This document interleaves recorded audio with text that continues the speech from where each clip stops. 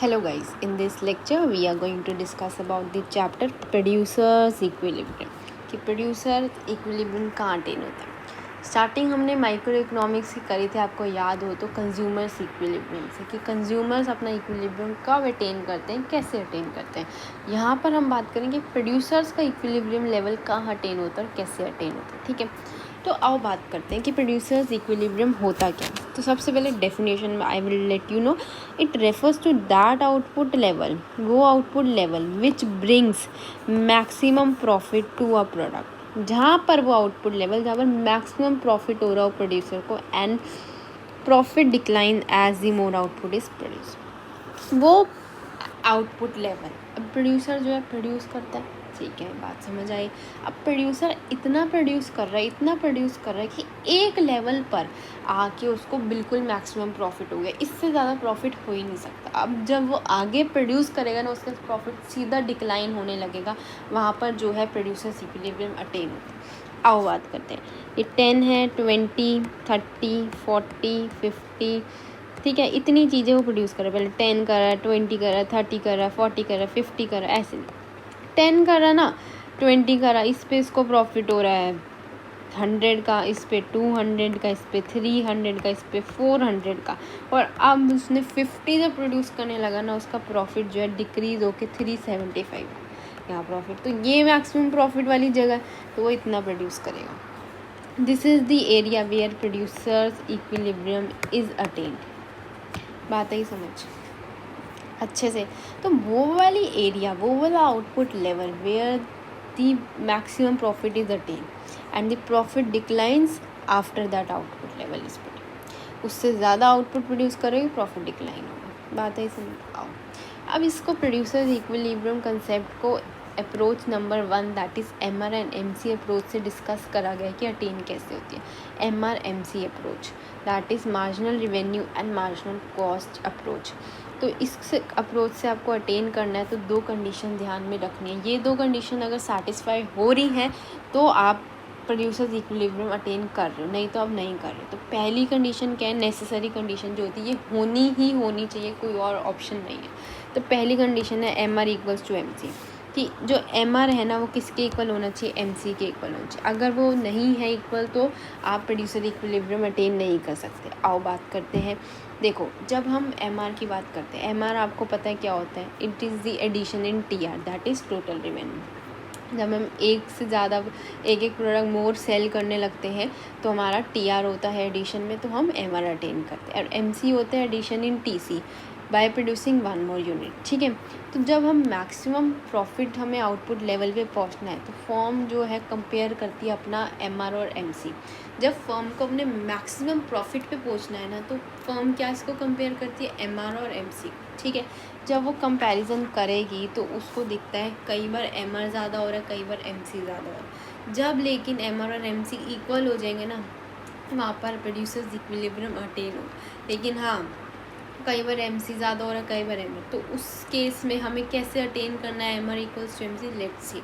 तो पहला केस आ जाता है जहाँ पर MR ज़्यादा हो रहा है MC से। अब MR मैंने बताया टोटल रिवेन्यू में एडिशन है, जब हम एक और प्रोडक्ट्स सेल कर रहे हैं, ठीक है, और MC जो है जब हम एक और प्रोडक्ट प्रोड्यूस कर रहे हैं, उसकी कॉस्ट ज़्यादा हो रही है। ठीक है, तो यहाँ पर जो है हमारे पास रिवेन्यू ज़्यादा आ रहा है, तो प्रॉफिट इंक्रीज़ हो रहे हैं, तो आउटपुट विल प्रोड्यूस मोर। ठीक है, and producer will produce more units of output, और तब तक वो ज़्यादा आउटपुट प्रोड्यूस करेगा जहाँ पर MR इक्वल टू MR ज़्यादा आ रहा है ना, मतलब रिवेन्यू ज़्यादा आ रहा है कॉस्ट से रिवेन्यू ज़्यादा आ रहा है। तो जब revenue is greater than cost तो ऑब्वियसली प्रॉफिट्स आर इंक्रीजिंग। जब प्रॉफिट्स इंक्रीजिंग हो रहे हैं तो MR इक्वल्स टू MC हो जाएगा। बात आई समझ।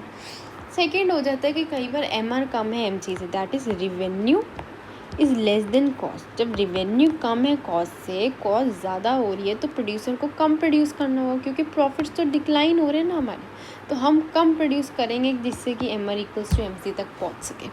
बात आई। कंडीशन 1 यही थी कि MR MC को अटेन करना है इक्वल। कंडीशन 2 को हम सफिशिएंट कंडीशन भी बोलते हैं, that is after MR equals to MC, MC exceeds MR। जब हमने एक लेवल पे अटेन कर लिया क्या, M R equals to M C, that is revenue equals to cost. उसके बाद जो है हमारी कॉस्ट बढ़नी चाहिए, देन रिवेन्यू। हमें प्रॉफिट्स कम करने हैं उसके बाद, तो रिवेन्यू कम होना चाहिए, कॉस्ट ज़्यादा होनी चाहिए। बात आई समझ?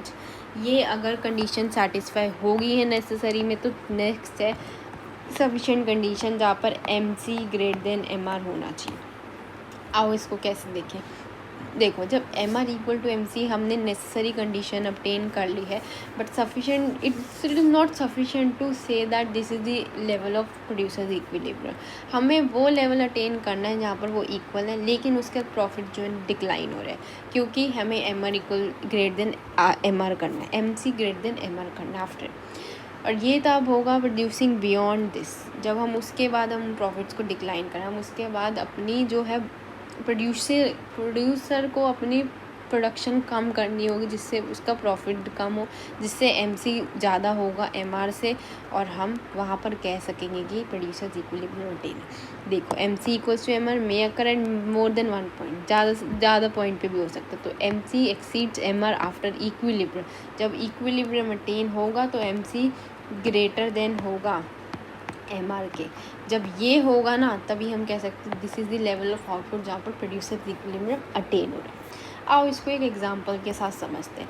मैंने वही बताया, एक परफेक्ट कंपटीशन होती है, एक इम्परफेक्ट। तो ये हम परफेक्ट कंपटीशन में एग्जांपल को समझ रहे हैं, उसके बाद इम्परफेक्ट में समझाया जाएगा। तो आउटपुट 1 2 3 4 5 6 7, प्राइस परफेक्ट है तो कांस्टेंट रहेगा, ठीक है। टी आर हमने ले लिया 10 20 30 40 50 60, टी आर से एम आर निकल आएगा। टी सी हमने 12 22 ले लिया, इससे एम सी निकल आएगा। प्रॉफिट क्या होता है? T R minus T C, T R minus T C, total revenue minus total cost is हमारा प्रॉफिट, तो प्रॉफिट आ गया, ठीक है। अब देखो हमारा ये M R equals to price यहाँ पर होगा, क्योंकि परफेक्ट कॉम्पिटिशन है। ये प्राइस हमने बनाया और ये हमारा एम सी कब आ गया, तो एम आर का ये रहा, एम सी का ये रहा। अब M R M C equal कहाँ पर आ रहे हैं? M R equals to M C A point पे आ रहे हैं, और M R equals to M C B point पे आ रहा है। तो आप क्या कहोगे कि ए पॉइंट भी इक्विलिब्रियम, बी भी इक्विलिब्रियम? नहीं, आप वो वाला पॉइंट चूज़ करोगे जहाँ पर उसके बाद M C greater than M R आ रहा है। ए पॉइंट देखते हैं, ए पॉइंट में M C greater than M R आ रहा है, इसके बाद नहीं, यहाँ तो M R greater than M C आ रहा है, तो ये तो नहीं कह सकते। अब बी के बाद जो है M C greater than M R आ रहा है, तो इसलिए हम बी पॉइंट को क्या कहेंगे? This is producer's equilibrium. तो प्रोड्यूसर इक्विलिब्रियम कहाँ अटेन हुए? पॉइंट बी पे, क्योंकि यहाँ पर M R equals to M C है and M C greater than M R आ रहा है।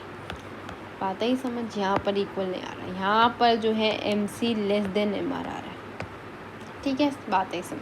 आओ अब बात करते हैं इम्परफेक्ट मार्केट की। इम्परफेक्ट मार्केट में हमने आउटपुट लिया, प्राइस हमने डिक्लाइनिंग ले लिया, एम आर इक्वल ले लिया, टी आर ले लिया, टी सी ले लिया, एम सी ले लिया। प्रॉफिट हमारा T R minus T C. अब हमारा एम आर कब डिक्लाइनिंग है, ये ले लिया, और एम सी कब ऐसी है।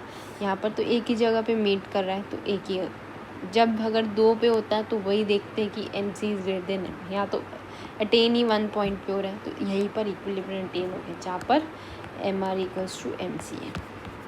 बात ही समझ अच्छे से, ये टेबल अच्छे से लर्न कर लेना, इसको समझाना आ सकता है, ठीक है।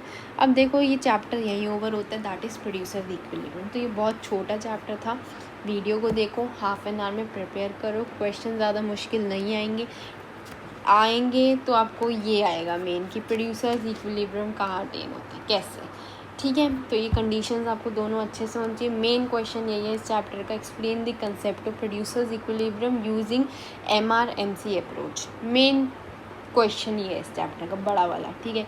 और नहीं तो परफेक्ट कंपटीशन में आ सकता समझाना, लेकिन वो आएगा ऐसे ही कि with the help of example, तो आपको वो एग्जाम्पल्स के तौर पे देना, ठीक है।